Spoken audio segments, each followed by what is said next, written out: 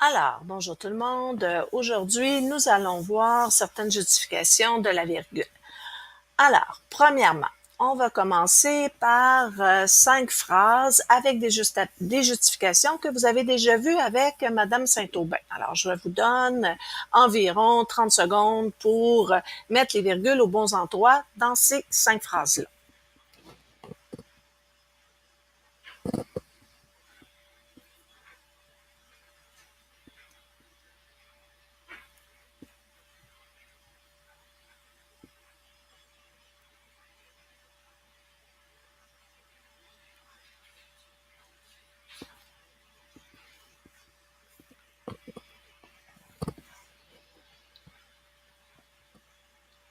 OK, alors, nous allons les voir ensemble. Ma première phrase. Pendant ce temps, je regardais la télévision. J'ai une virgule après temps, puisque pendant ce temps est un complément de phrase. Je peux le déplacer, je peux l'ôter. Ma deuxième phrase, j'ai la virgule après soccer, puisque Lucie joue au soccer et Marie préfère le ski, sont deux phrases syntaxiques différentes. J'aurais pu remplacer la virgule par un point. À ce moment-là, je suis en présence d'une juxtaposition. Ma troisième phrase, une des 7 merveilles du monde, est un complément du nom qui vient compléter fort. Donc, il doit être encadré de 2 virgules.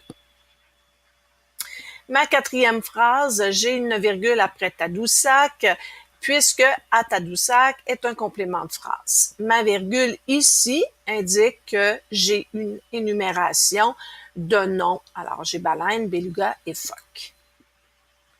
Ma dernière phrase, j'ai la virgule après dollar, depuis que j'ai gagné 1 million de dollars, est un complément de phrase. Alors, ça, c'est une petite révision des règles que vous avez vues avec Madame Saint-Aubin. Alors, aujourd'hui, je vais en voir d'autres avec vous. La première, marquer la juxtaposition. Vous l'avez vu avec Madame Saint-Aubin, alors je passe par-dessus.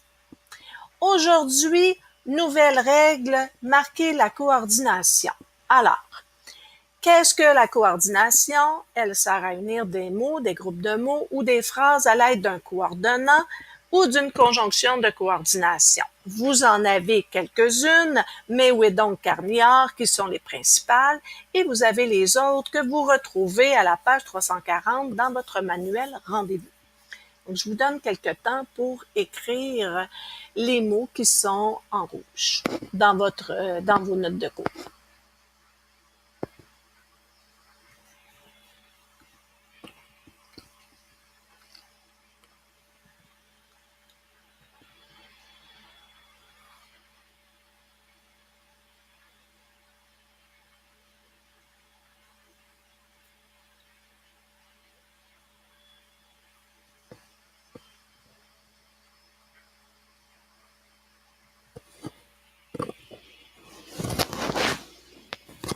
OK, je poursuis. Exemple, mon chien bleu est malade, donc si je vérifie, il est ici, à ce moment-là, c'est une conjonction de coordination ou un coordonnant, je vais mettre une virgule ici, devant. Par contre, alors ici, on vous dit, on place une virgule devant le coordonnant qui sépare les deux phrases, sauf devant 3 coordonnants, le et, le ou le ni. Il y a des règles particulières où on va mettre des virgules, mais on ne les voit pas en première secondaire.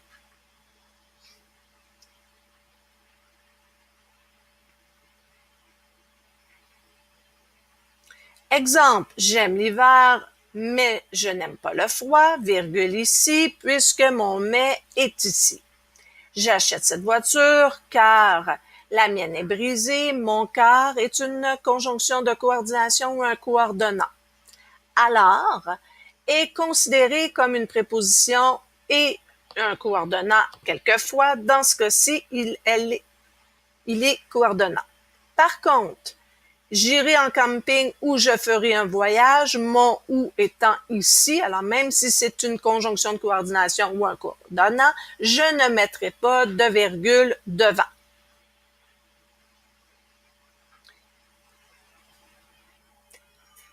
Alors ici, cependant, il n'y a pas de virgule devant le ou.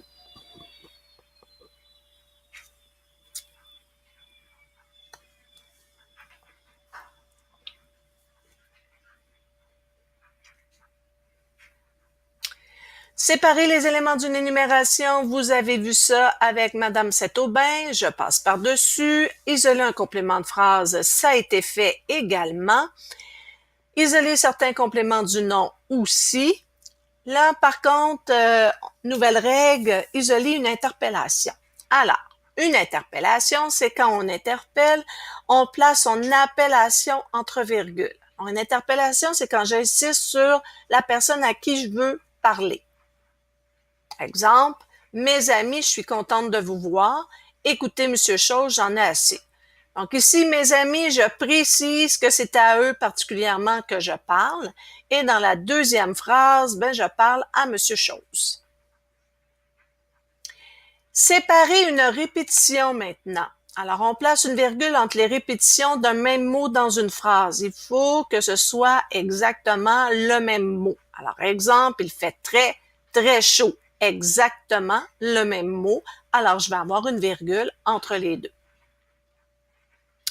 On place aussi une virgule entre les répétitions de sens. Qu'est-ce qu'une répétition de sens? C'est quand j'ai deux fois le sujet. Alors, moi, première personne du singulier, je, première personne du singulier. Son frère, lui, son frère, troisième personne du singulier, lui, troisième personne du singulier. Alors, à ce moment-là, le lui ici est encadré. Toi, tu, toi, deuxième personne du singulier, tu, deuxième personne du singulier. Et pour terminer, une virgule peut également isoler une incise. Alors, une incise sert à indiquer qui parle et elle se place entre virgules.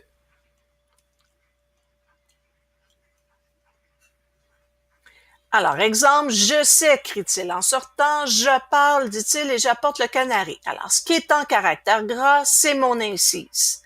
Alors ici, j'ai ma virgule puisque j'ai les paroles de la personne et je sais comment la personne le dit. Quelquefois, l'incise, elle est insérée dans les paroles de la personne. À ce moment-là, elle est encadrée de 2 virgules.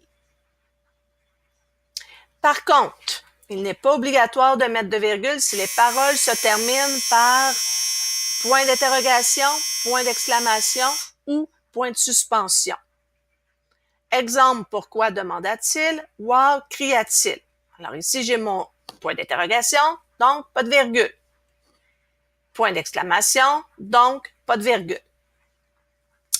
On a tendance aussi à mettre des fois des virgules qui ne sont pas permises. Alors, premièrement, il n'y a jamais de virgule entre le sujet et le prédicat d'une phrase. Deuxièmement, il n'y a jamais de virgule entre le verbe et son complément.